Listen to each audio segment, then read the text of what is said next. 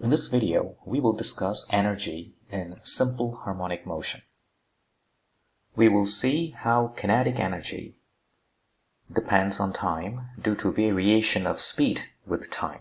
We will also see how the potential energy of the system becomes function of time due to the change in coordinates with time. We will also see how conservation of energy plays an important role in simple harmonic motion.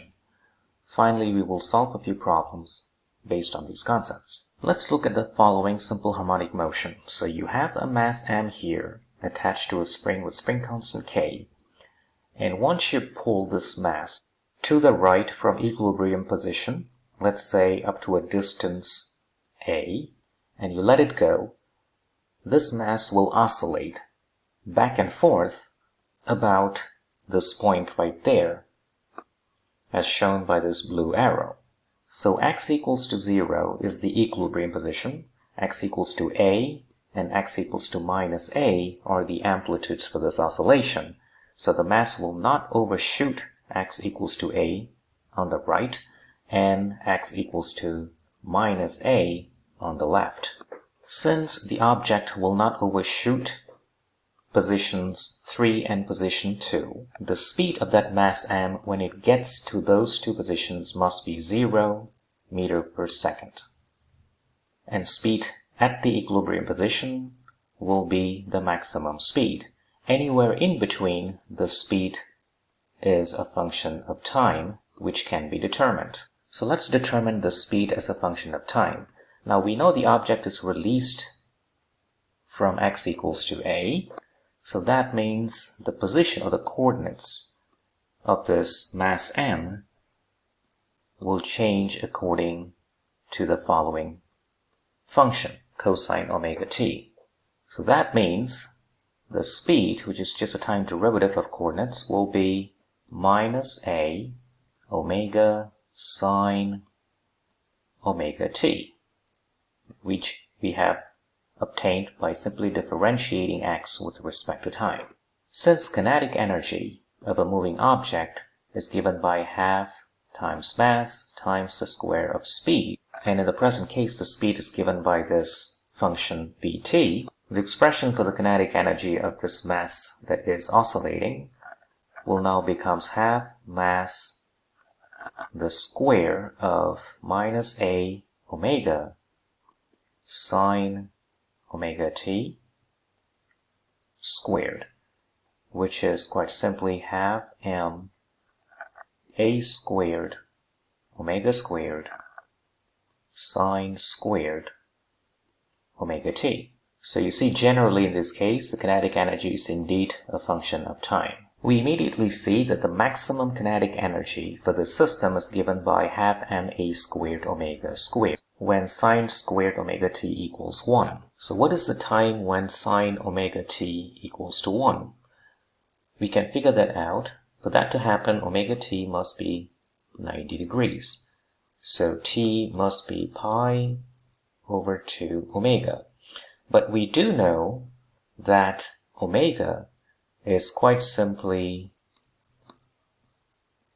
2 pi over period.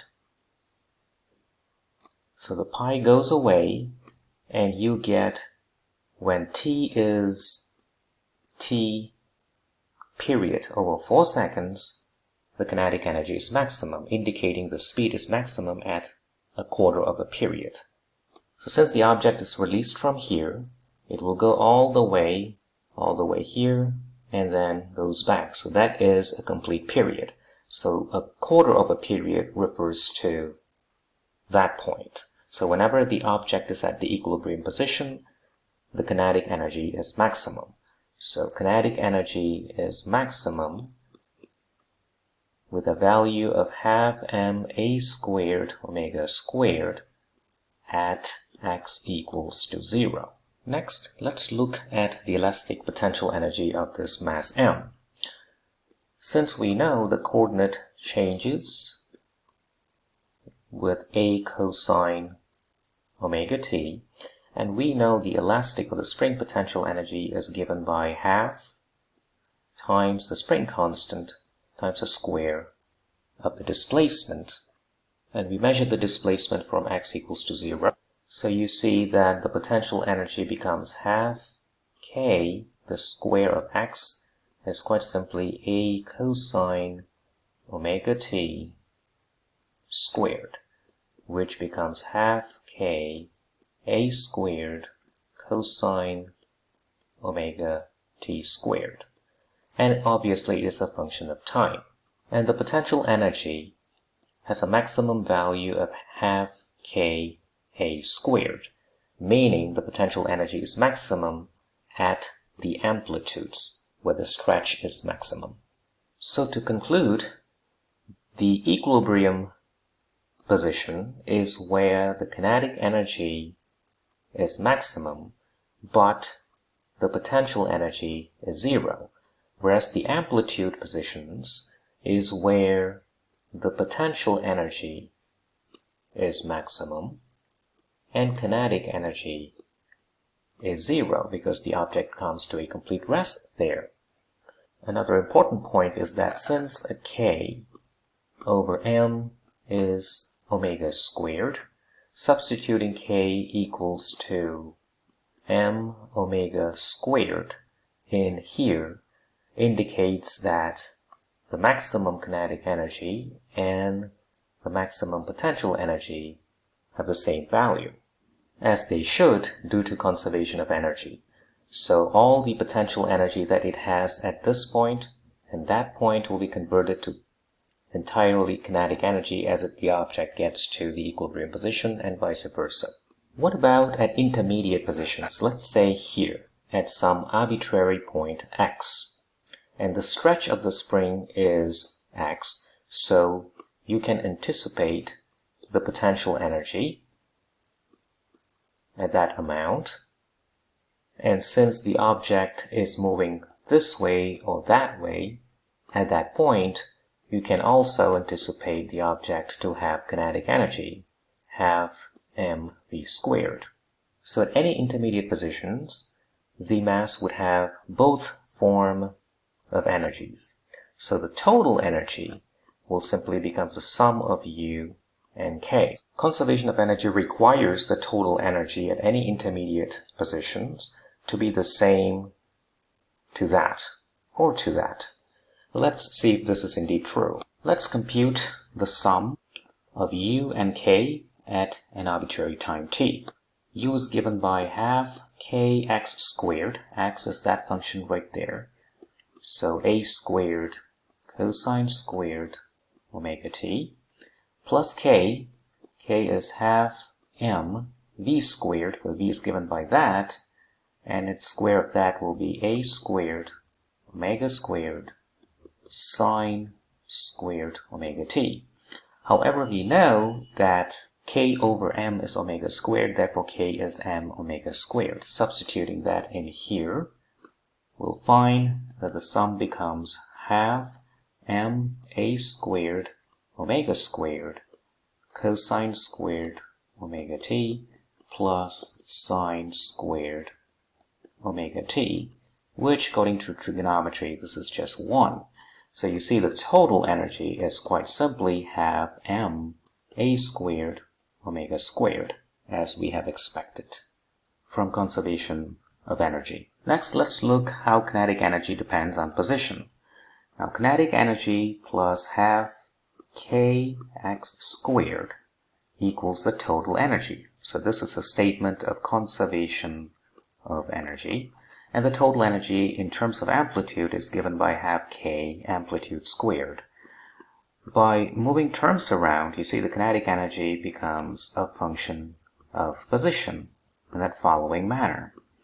We proceed further, equating kinetic energy to half mv squared and equating that to half k a squared minus x squared, canceling half, and using the fact that k over m is omega squared, we can solve for the speed as plus minus omega a squared minus x squared square root.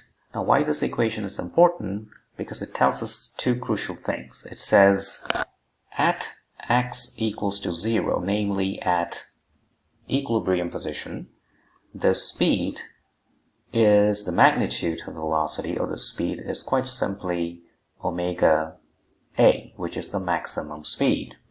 And at x equals to plus or minus a, at the amplitude positions, the speed quite simply becomes 0 because the object is stationary at those 2 points, as we have predicted before. So if you want to determine the speed at any arbitrary position x, you can do so from this equation that we have just written down. Problem 1. A 0.5 kg object is undergoing simple harmonic motion on the end of a horizontal spring. Spring constant is 280. When the object is 1.5 cm from its equilibrium position, the speed is 0.28. Find the total energy of the object, amplitude, and maximum speed attained by the object during its motion. So the total energy is the sum of the potential energy and kinetic energy. The potential energy is given by half times the spring constant, 280, and the stretch is 1.5 cm. Converting that to meter, you have that.